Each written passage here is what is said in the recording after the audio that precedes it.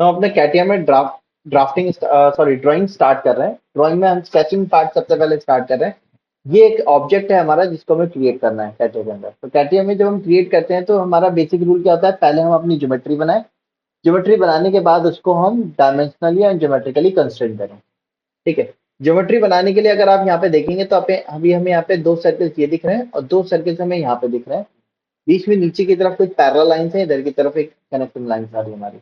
इस तरीके का शेप हमें तैयार करना है। तो हम अपने कैटिया पे चलते हैं। कैटिया पे जाने के बाद सबसे पहले स्टार्ट पे जाएंगे, मशीन डिजाइन पे जाएंगे, पार्ट डिजाइन पे जाके ओके करेंगे और यहाँ से पार्ट को नेम दे देंगे कोई भी। नेम देने के बाद सबसे पहला काम आपको अपने एक प्लेन को सेलेक्ट करना है। प्लेन को सेलेक्ट करने के बाद स्केच पे जाना है। जैसे आप स्केच पे जाएंगे, जिस प्लेन को सिलेक्ट करेंगे उस प्लेन के नॉर्मल आप आ जाएंगे। ठीक है। अगर आपने माउस के व्हील को दबाया, ठीक है, तो ये प्रेस करने के बाद आप माउस को मूव करेंगे तो ये पैन होता है। अगर आपने स्क्रॉल व्हील को अंदर प्रेस किया, राइट क्लिक दबाए रखा है, प्रेस कर रखना है, प्रेस एंड होल्ड। अब आप माउस को मूव करोगे तो ये रोटेट होगा। और अगर आपने राइट क्लिक को छोड़ दिया एक बार प्रेस करने के बाद, एंड अब आप माउस को जूम इन जूम आउट करेंगे, आगे और पीछे मूव करेंगे तो ये जूम इन जूम आउट होगा। Got it. अब हमारी ओरिएंटेशन चेंज हो चुकी है तो हम वापस से नॉर्मल आना चाहते हैं तो नीचे बॉटम में आप देखिए नेविगेशन टूल बार होता है हमारा। उसमें यहाँ पे नॉर्मल व्यू होता है, आप इस पर क्लिक करेंगे तो नॉर्मल व्यू आपका आ जाएगा। अच्छा, अब यहाँ पे आने के बाद हम क्या करेंगे, अपनी प्रोफाइल टूल बार का यूज करेंगे। प्रोफाइल टूल बार से अब मैं एक जैसी चीज मैंने आपको बताया था, मैं एक बार में बना लेता हूँ। जैसे मैंने सर्कल्स पहले तैयार कर लेने हैं, दो सर्कल इधर दो सर्कल इधर गैप में। तो हमने सर्कल पे जाके माउस को प्रोफाइल टूल बार पे गए और जाके डबल क्लिक कर दिया सर्कल को। डबल क्लिक करने के बाद फर्स्ट सर्कल पॉइंट हमने सेंटर पे दिया, यहाँ से एक सर्कल बनाया। सेकंड सेंटर पॉइंट इसी से लेके आउटर पे सर्कल तैयार किया। देन साइड में गए हम, ओरिजिन के रेस्पेक्ट में स्ट्रेट जाएंगे तो यहाँ से ट्रैकिंग लाइन के तौर पे दिखाएगा, यहाँ से आप ट्रैक कर सकते हो। हमने फर्स्ट सर्कल यहाँ दिया, सेकंड सर्कल यहाँ दिया, दो सर्कल से इसको बना दिया। अब इसके बाद नेक्स्ट क्या करना है, अगर हम ड्राइंग देखेंगे तो एक लाइन ऊपर आ रही है, एक लाइन नीचे आ रही है, दोनों के बीच में कैपिंग दे रखी है 10 की। ये लाइन क्या है, सर्कल को कनेक्ट कर रही है दोनों दोनों से। तो हमने यहाँ से लाइन टूल लिया। आप चाहो तो प्रोफाइल टूल ले सकते हो, मैंने लाइन टूल लिया। लाइन टूल लिया, ओरिजिन से कनेक्ट नहीं करेंगे, ओरिजिन से हल्का सा ऊपर से इस सर्कल के एक पॉइंट से दूसरे सर्कल के एक पॉइंट को कनेक्ट कर दिया। यही लाइन, जितना गैप ओरिजिन से ऊपर का है उतना गैप ओरिजिन से नीचे भी चाहिए। तो मैंने इस लाइन को सेलेक्ट किया। सेलेक्ट करने के बाद ऑपरेशन टूल बार में से हम यहाँ से जा रहे हैं मिरर टूल पे। मिरर टूल पे जाने के बाद हमने यहाँ से हॉरिजॉन्टल एक्सेस जो है उसको सेलेक्ट कर दिया। तो आप देखिए आ गई हमारी। अच्छा, ऐसे ही हमें बॉटम में इसके लिए भी चाहिए, वर्टिकल लाइन चाहिए। यहाँ से हमने लाइन टूल बार लिया, या मैं प्रोफाइल टूल बार लेता हूँ। यहाँ से वर्टिकल सेंटर से पास नहीं करेंगे, हल्का सा गैप में लेके चलेंगे। पहले यहाँ से स्ट्रेट नीचे आएंगे, फिर यहाँ से इधर स्ट्रेट आए और फिर ऊपर जाके इसको कनेक्ट कर दिया। देखिए इसी तरीके की शेप हमें यहाँ पे देख दी हुई है। यहाँ से स्ट्रेट नीचे आए, फिर इधर बर्थ में गए, फिर ऊपर जाके कनेक्ट कर दिया। इसको सेलेक्ट करने के बाद हम मिरर टूल पे गए और वर्टिकल एक्सेस के बाद इसको मिरर भी कर दिया। इतना करने के बाद अब ये एलिमेंट जो है, एक्स्ट्रा एलिमेंट्स हैं, इनको हमने क्या किया, यहाँ से इरेज टूल पे गए। ठीक है, अभी एक बार इरेज किया, खत्म हो गया, इरेज कमांड रख दिया। इसीलिए कैटिया में अगर आपको कमांड रिपीट करनी है तो आप यहाँ पे डबल क्लिक कर सकते हो। डबल क्लिक किया हमने। अब जो चीज नहीं चाहिए आप वन बाय वन इनको यहाँ से हटा दीजिए। इतना तैयार हो गया। अब इतना तैयार करने के बाद हमें क्या करना है, डायमेंशन कंस्ट्रेंट देने हैं। तो डायमेंशन कंस्ट्रेंट हमें यहाँ से ऊपर से देने पड़ेंगे। डायमेंशन कंस्ट्रेंट बॉक्स पे जाके, कंस्ट्रेंट बॉक्स पे जाने के बाद अब आपको ऑब्जेक्ट सेलेक्ट करना है। आप देख सकते हैं दोनों डायमीटर पे डिफाइन है, ये भी दोनों डायमीटर पे डिफाइन है। तो मैंने जब पहले ऑब्जेक्ट को सेलेक्ट किया, इसको मैं ड्रॉप कर रहा हूँ, तो बाय डिफॉल्ट इसमें आर लिख के आ रहा है जो कि स्टैंड करता है रेडियस। आप इस पर डबल क्लिक करेंगे। डबल क्लिक करने के बाद यहाँ पे नीचे डायमेंशन आ रही है, देखिए इसमें यहाँ पे रेडियस मेंशन है। आप इस पर जाके चेंज कर सकते हो डायमीटर पे और यहाँ से डायमीटर बता सकते हो आपको जो डायमीटर चाहिए हो। तो ड्राइंग के हिसाब से अगर हम देखेंगे तो आउटर डाया 100 का है, इनर डाया 64 का है। तो ये जो ये डाया ये इनर का होने वाला है, तो इसकी वैल्यू दी हमने 64 लिख के एंटर कर दिया। अब मैंने आउट कंस्ट्रेंट और भी करने, तो मैंने डबल क्लिक किया कंस्ट्रेंट बॉक्स को, आउटर वाले को सिलेक्ट करा, ड्रॉप किया, अगेन डबल क्लिक किया और इसको चेंज कर दिया डायमीटर पे और इसका डाया दे दिया 100। देन साइड वाले पे आते हैं। साइड वाले जो है इनके डायमीटर कितने हैं, 50 एंड 25 का है। पहले हमने इनर वाले को सिलेक्ट किया, ड्रॉप किया, डबल क्लिक किया और इसको वैल्यू दे दी 25। आउटर वाले को सिलेक्ट किया, ड्रॉप किया, डबल क्लिक किया, वैल्यू दे दी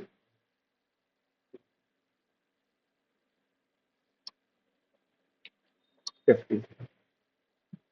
ठीक है, इतना तैयार हो गया हमारा। इसके बाद अगर हम देखेंगे तो इन दोनों के बीच का एक गैप दे रखा है हमें कितना, 100 का। हमने फर्स्ट लाइन ये ली, सेकंड पॉइंट ये सेंटर वाला लिया, इसको उठा के ऊपर रखा, ड्रॉप पर डबल क्लिक किया, वैल्यू दे दी 100। अभी भी इसमें आप देखेंगे तो ये दोनों लाइनों के बीच का गैप डिफाइन नहीं है। तो मैंने फर्स्ट लाइन सेलेक्ट किया एंड सेकंड लाइन सेलेक्ट किया। जब आप दो पैरेलल लाइन देते हैं तो ऑटोमेटिकली उन दोनों के बीच का गैप बता देता है। हमने इसको डबल क्लिक किया और ये गैप बता दिया हमने कितना चाहिए, 10। अब ऐसे ही इनको डिफाइन कर लेते हैं। 25 का ये है, 6 का ये है, 25 का ये है और 75 का नीचे ड्रॉप है। तो सबसे पहले इस लाइन को हॉरिजॉन्टल से इस लाइन का ड्रॉप बताया हमने, कितना था, 75 का। ये लाइन की विड्थ हमने बताई कितनी है, 25। जब 25 आप दे रहे हैं तो आप देख सकते हैं ये अंदर मर्ज हो गए। मैंने कंस्ट्रेंट बॉक्स से बाहर आया पहले और मैंने इसके विड्थ को बढ़ा दिया इस तरीके से। तो वो आपस में मर्ज हो रहे थे, तो हमने इन दोनों के गैपिंग क्रिएट कर ली। ठीक है, वापस से कंस्ट्रेंट बॉक्स पे गए। अब इस लाइन से इस लाइन का गैप डबल क्लिक करके फिक्स कर दिया। ये 25 है, मिरर करके बनाया तो इधर का भी ऑटोमेटिकली 25 हो गया। तो आप देख सकते हो हमारा जो एलिमेंट था वो क्या हो गया है, फुल्ली डिफाइंड सिस्टम बन चुका है ना। तो इस तरीके से हम अपने ऑब्जेक्ट को कंप्लीट डिफाइन करके तैयार कर सकते हैं।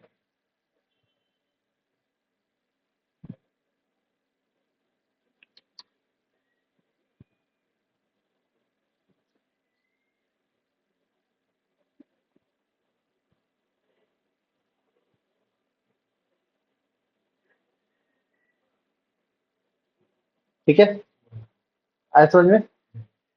अच्छा, ऐसे ही क्या ये वाला शेप बन जाएगा। अच्छा, इस शेप में अगर हम देखेंगे तो यहाँ पे हमारा एक कॉर्नर भी आ रहा है राउंड, इधर भी राउंड कॉर्नर आ रहा है। इनके लिए देख लेते हैं इनको कैसे तैयार करना है। तो इसके लिए मैंने अपने इन ऑब्जेक्ट्स को डिलीट कर दिया। ठीक है, आप चाहो तो पहला वाला जो आपने बनाया आप उसको सेव कर सकते हो एक्सरसाइज 1 के नाम से। ठीक है, सेव करने के लिए आपको फाइल पे जाना है, सेव एज ऑप्शन पे जाना है और जहाँ पे सेव करना है लोकेशन बतानी है। और इसको दे दिया मैंने exercise 02। सेव कर दिया, न्यू ओपन करा हमने यहाँ से। ठीक है, जैसे आप न्यू ओपन करेंगे तो एक ऑप्शन, एक तरीका हमने बताया था, यहाँ से आप ओपन कर सकते हो स्टार्ट में जाके। दूसरा ऑप्शन क्या है, फाइल पे जा सकते हो। फाइल पे जाने के बाद हमें क्या बनाना है, पार्ट बनाना है। अपने पार्ट पे जाके सेलेक्ट करना है और सेलेक्ट करने के बाद ओके कर देना है। जब ओके करेंगे तो यहाँ पे हाइब्रिड ऑप्शन आएगा, आप उसको ऑन कर दीजिए। ऑन कर दिया।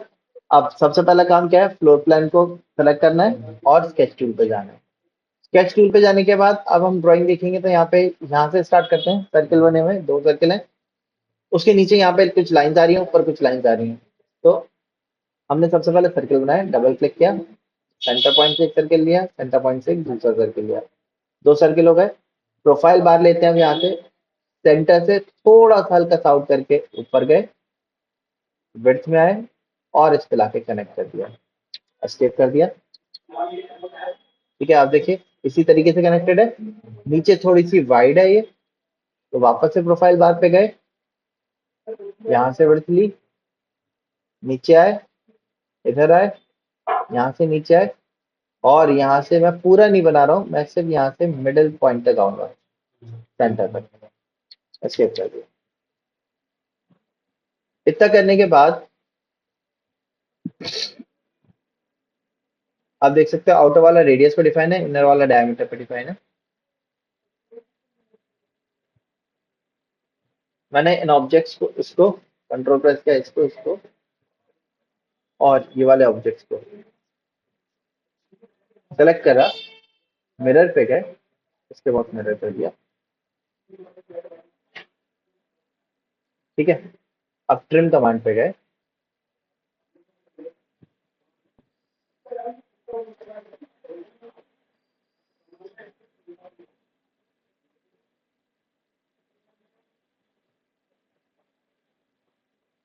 ओके,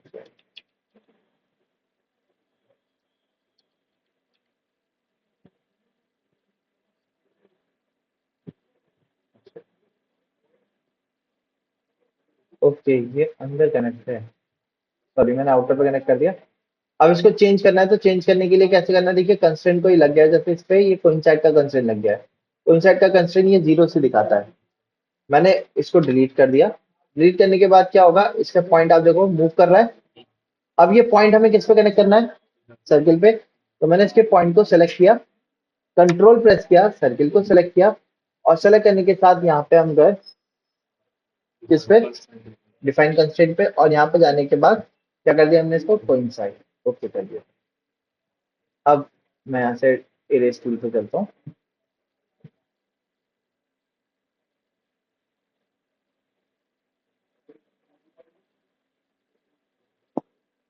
ठीक है, इस तरीके से हमने तैयार कर लिया अपने। अब डायमेंशन कंस्ट्रेंट डिफाइन कर लेते हैं। डबल क्लिक किया, सेलेक्ट किया, इसको ड्रॉप किया, डबल क्लिक किया, डायमीटर कितना है ये, inner dia 60, outer radius 35, 60। Outer वाले को सेलेक्ट करते हैं, डबल क्लिक किया, रेडियस 35। अब ऊपर की ये विड्थ 18 है, ये 5 है, और यहाँ से यहाँ 62 है। 18 मर्ज हो गए अंदर, मर्ज हो जाएंगे तो मैंने एस्केप करना है। एस्केप करने के बाद मैंने इसको पकड़ के खींच दिया, विड्थ आ गई। वापस से कंस्ट्रेंट डिफाइन पे गए, 5,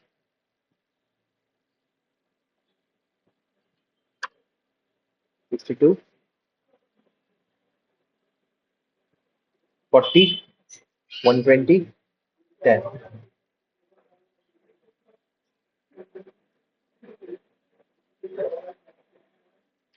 40,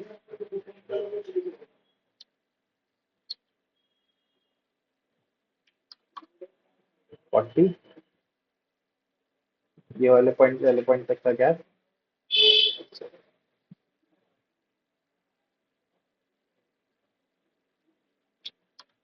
120,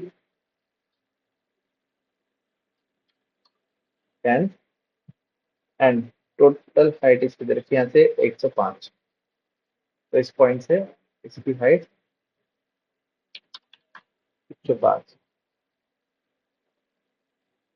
ओके, अब इसका कॉर्नर राउंड हो रहा है, कितने का फ्लेट है, 16 का। इसका कॉर्नर राउंड हो रहा है, कितने का फ्लेट है, 5 का।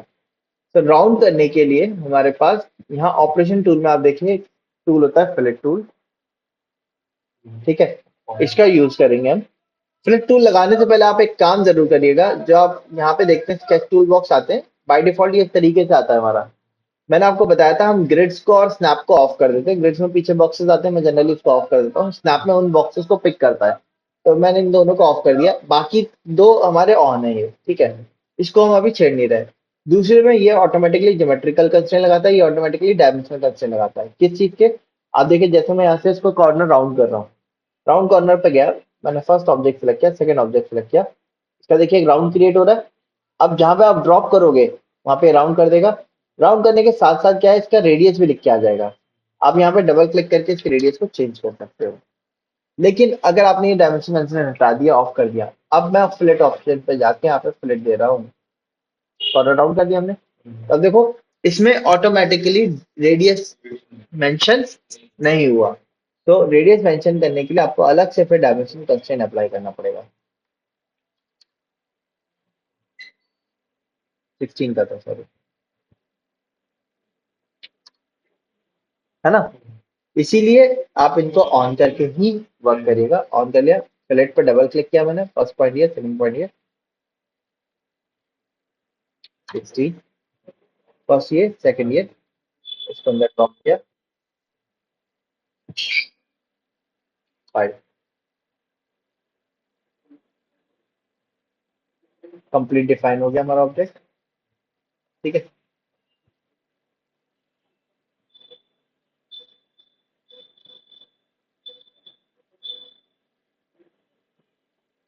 ठीक है, इस तरीके से हमने ऑब्जेक्ट को कंप्लीट डिफाइन कर लिया। अच्छा, अगर मैंने इसको डिलीट कर दिया, मैं इस पर क्लिक कर रहा हूँ, यहाँ पे आपको आप चेक कर सकते हो कि आपका ऑब्जेक्ट फुल्ली डिफाइन है या नहीं है। तो जैसे मैंने इसके हाइट को अनडिफाइन किया, डिलीट कर दिया, आप जैसे इस पे यहाँ पे जाके क्लिक करेंगे, यहाँ पे क्या लिख के आ रहा है देखिए, अंडर कंस्ट्रेंट यानी कि अभी कोई चीज रह गई है डिफाइन करने पे, ठीक है, उसको डिफाइन कर देंगे तो ये एलिमेंट क्या हो जाएगा, कंस्ट्रेंट हो जाएगा। अच्छा, क्या चीज अनकंस्ट्रेंट है वो यहाँ पे आपके शो भी करता है, देखिए ऑरेंज कलर से हाईलाइट कर रहा है।